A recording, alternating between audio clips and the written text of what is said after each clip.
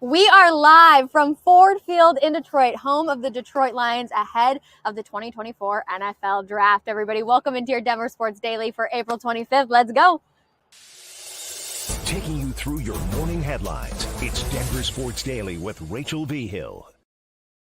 NFL Network's Daniel Jeremiah believes Oregon's Bo Nix feels like a Sean Payton quarterback and thus projects the former Duck to become a Denver Bronco during his final mock draft of 2024. Bo Nix says it would be an honor to play for Sean Payton and the Broncos. In a new interview, the former University of Oregon quarterback explained, "I'm never going to argue if I get to play for one of the better coaches of all time." How would you feel about Bo Nix becoming the next quarterback of the Denver Broncos? Now, speaking of the Broncos, they do not want to part ways with Pat Surtain, but if things fall that way, they are willing to move on from the star cornerback. The Athletic's Diana Rossini shared the interesting nugget on Wednesday in her final NFL draft preview column.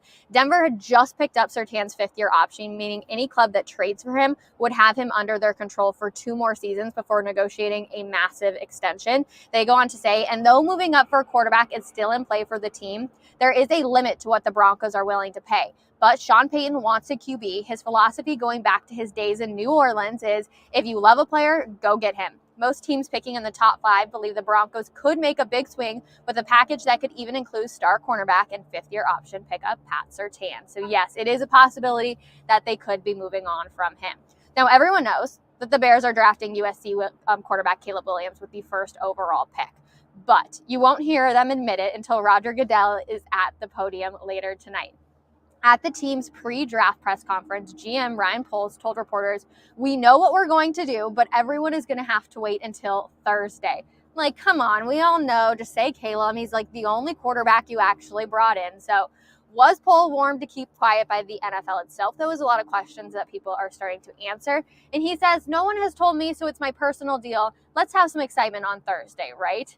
It's hard to believe that the draft is literally tonight. I am so excited for it. I can't wait to see what the Broncos are going to do, obviously, at number 12. Now, speaking of the Lions right here, quarterback Jared Goff recently said that he and the Lions have talked about a contract extension this offseason. Sources there is reportedly no deal imminent at this time, though. Goff said last week, "There's been discussions, but I'll leave it at that." I don't know why the Lions wouldn't pursue a contract extension with Jared Goff. Obviously, they had an incredible season last year. They didn't make it all the way, but still they were the talk of town and pretty much America's sweetheart at the time. So it would only make sense, essentially, to have that contract extension go in, but we'll see. Will he be playing here, in the upcoming seasons? We will see. This next Mile High Minute is sponsored by Smashburger. And after Game 2, Anthony Davis claims, "We were having stretches where we don't know what we're doing on both ends of the floor." And that's not something you want to hear from a star player in the first round of the NBA playoffs, let alone going up against the Denver Nuggets. So Darvin Ham refuted Davis's comments, though, saying, "I just think sometimes plays don't turn out the way you think they should. The frustration sets in a little bit." Ham said, "I don't think for us it's about not being organized." The Lakers have now lost 10 straight games to the Nuggets, an unbelievable stretch of dominance for Denver.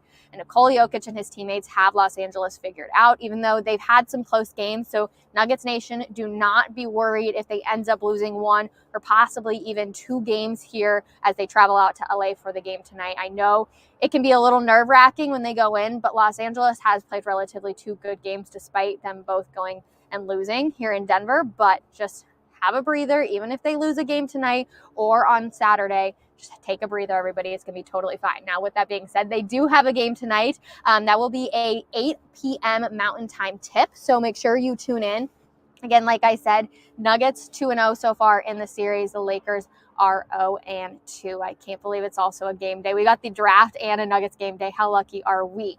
Now, the Colorado Avalanche made yet another goalie move on Wednesday, and it could mean backup Justus Annunen is now healthy as the Avs enter into Game 3 back in Denver. Alexander Georgiev has been in net for both games against the Winnipeg Jets, but had a different backup in each of the first 2 contests. In Game 1, where Georgiev struggled, it was Arvid Holm on the bench, and he had never appeared in an NHL game, so it makes sense that they weren't going to just throw him in the like in the net. And despite Georgiev giving up 7 goals on 23 shots, head coach Jared Bednar never made a change. Now for game 2, people were calling for him to be gone.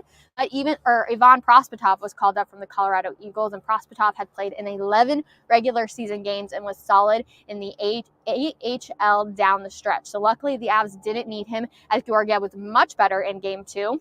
And the Avs were able to get the 5-2 win. Now, Prospatov has been sent back down to the minors, potentially signaling that Annunen is no longer sick. Fingers crossed. The illness cost him a jersey for both games 1 and 2. Will Peterson wrote a wonderful article over at denversports.com, kind of going through everything with Georgiev and Annunen being sick. But Colorado practices at 11 a.m. today Mountain Time. So hopefully we'll learn something about who is going to be in net. Because Georgiev got the win, I'm going to assume they're going to stick with him, but you never know. Last one for you here on this Thursday. The Chicago Bears are reportedly asking for over $2 billion in public money assistance to build a new stadium. The $2 billion is about half the cost of the new stadium. Its proposed cost is around $4.6 billion. You heard me say that right. So $2 billion of that would be coming from public money from the taxpayers. I can't imagine asking that. I know a lot of people have been concerned about that when it comes to the Denver Broncos. If they are going to build a new stadium, would they be paying for it, the taxpayers, or would the ownership be paying for it completely? So the fact that the Bears are asking for $2 billion does seem a little crazy. I always like reading your guys' comments. So can you believe it? You guys, we made it. We are here in Detroit at Ford Field. So cool to see. Just get to a few of your comments, and then I'm about to go shoot for coffee break. Hopefully all of the cool spots that you guys are going to be able to see. So happy draft day, Paul. Thank you so much for spending a little bit of your time with us here on this Thursday. Still holding out for Daniel Jones. I'm going to say no on that one. Sorry about that, Lawrence. I'm saying no. Finally, the madness ends today. Yes, thank goodness it does. You guys know me. I've talked about it plenty of times. I am so over all of the mock drafts, all of the what are the Broncos going to do? We are finally going to know tonight if at number 12 they move up, they move down, they stay at 12, and they finally pick a quarterback, or they go a different way. And I feel like if they go a different way, Broncos country is going to be so frustrated. Let's see. I bought popcorn for tonight, Rachel. Paul, you're the man. Make sure you're eating if the Nuggets go down nice and early. The Lakers are going to throw their best punch, obviously, super early like they did the first 2 games. So eat that popcorn a ton. Let's see. No, I'm not voting for any tax money for any stadium/arena. I know this is one of the biggest discussions when it comes to an arena and what that's going to look like for the Denver Broncos, or a stadium, I guess I should say. But again, we don't even know if those plans are coming out, if they're just going to revamp Empower Field or whatever that's going to look like. So again, $2 billion for Chicago is a little bit crazy, but no new word on anything with the Denver Broncos. And finally, Miranda, it is here, you guys, the NFL draft. Let's hope that the Broncos are able to shock everybody, and we're going to find out who the next quarterback of the Denver Broncos is going to be tonight. So thank you guys so much for just spending a little bit of time with me here on your Thursday. We've got coffee break coming at you at 12 p.m. Mountain Time, so make sure you come back. Like I said, I'm going to be showing you guys a bunch of the cool spots here in Detroit, and we will see you guys then. Have a wonderful Thursday, everybody. Get back to work.